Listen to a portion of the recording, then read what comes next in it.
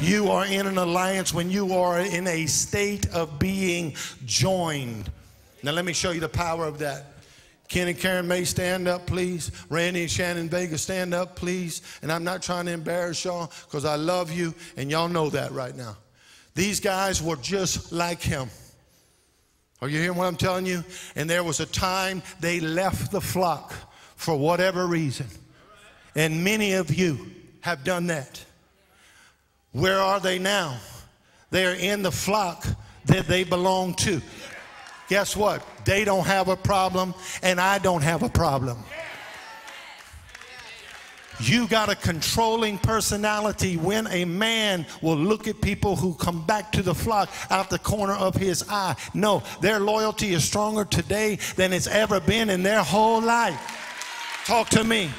And it's time for us to mature enough to say, come on back to the flock. Get back on that platform. Get with them young people. Dance. Do what you was doing. I'll tell you right now, if you'll clap your hands, the devil will shake in his boots. He does not want this message being preached. Tell your neighbor, ain't nothing changed, baby. We family. If we family, we family. Whew. I'm almost done. Pastor Norris, I'm almost done.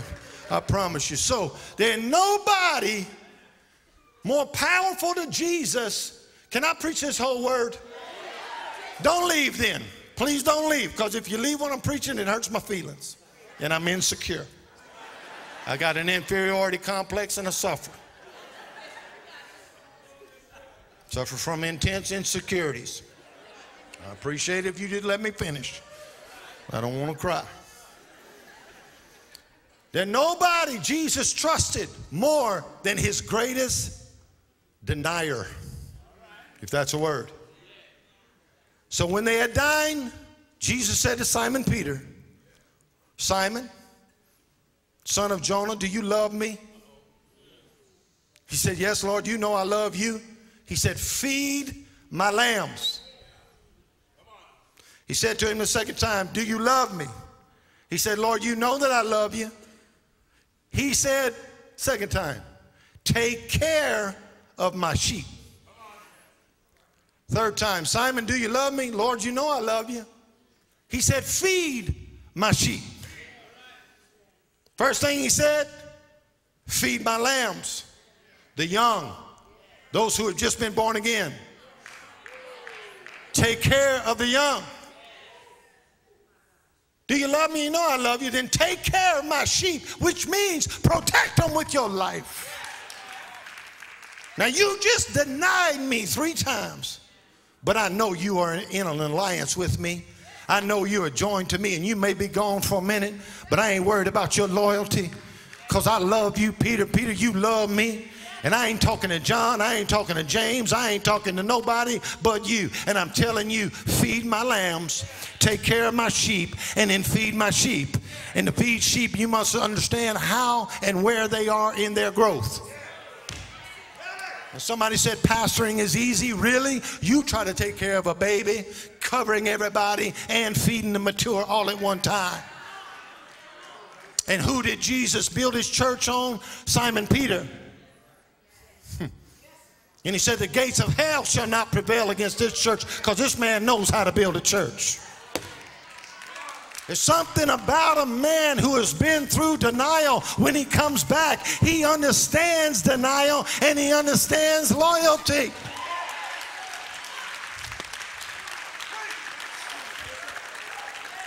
Take care of my sheep. Watch this, Pastor Dustin. Watch this, leaders. Watch this, church. Take care of my sheep. Shepherds lead when sheep are hungry and thirsty. There's a time for every pastor and shepherd that they get in front of the people and they lead them because they're hungry and they're thirsty.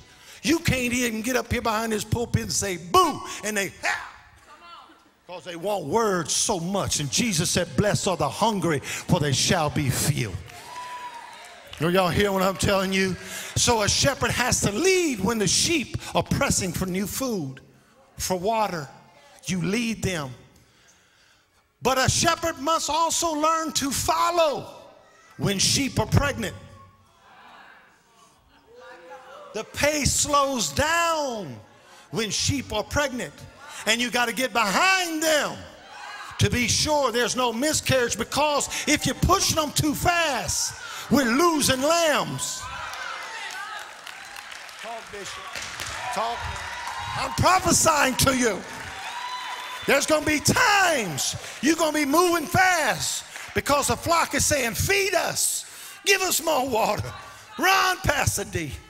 Then when you run, you get pregnant. Woo!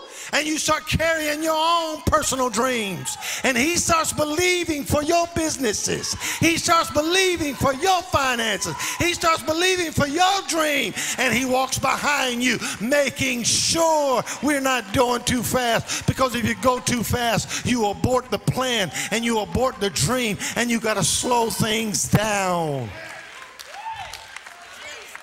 A good shepherd knows when to lead, he knows when to follow, but he also knows when to stand in the middle of the flock.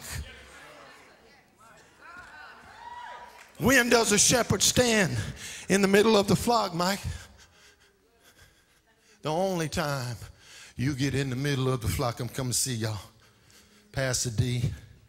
The only time you get in the middle of the flock is when the flock is scared. Yeah. When the flock is scared, you stand in the middle and you just look around and you let them know that devil done hit us with all he can hit us with. But guess what? I ain't moving, because I ain't no hireling. I ain't your caricature. I'm not your entertainment. I'm your pastor. And for a devil to get in here, he gonna have to come through me. So everybody be still. Are y'all in the building? We need more pastors, Kelvin, that'll get among their people and say, don't y'all worry about that wolf. Don't you worry about that devil. Don't you worry about nothing coming at you. We got this thing. And sometimes you got to stand in the middle of your people. The Lord spoke to me when I saw this, Rick. And he said, you and your son have stood in the middle of these people for the last 10 years since the last time you were attacked. And you stood in the middle. You've not followed and you've not really led. You just stood in the middle to protect what God gave you in the beginning. And God spoke to me and said, the day of standing in the middle is over. Get ready to get back in front, because you're about to march like you've never marched before. Get ready to lead, because you're about to lead like you ain't never led before. God said, I got you. I am your vanguard and your rearward. I am a wall of fire around you. If this church could be destroyed, it would have already been destroyed. Get back out there and run, and let these people run with you. Write the vision. Make it plain that he that reads it may run. Tell your neighbor, let's run, baby. And then after you run a while, you're going to stop to feed, and people are going to start getting pregnant. Pregnant with dreams. Pregnant with their future. They're going to say, Pastor D, I see a business. I see me becoming a millionaire. And you're going to stop everything. And you're going to say, how can we join you? Are y'all with me right now? How many of you are ready to go to the next level? You're ready to go to the next place? Yes, yes. I need somebody to take about 10 seconds and give God that praise where you know he's protecting you. I need somebody back here to give him praise like you know God's got your back. I need somebody to give him praise like you know God is standing in the big middle of all of this. I need somebody to praise him like you know you going to a brighter day. High five somebody and tell them, welcome to the flock, baby.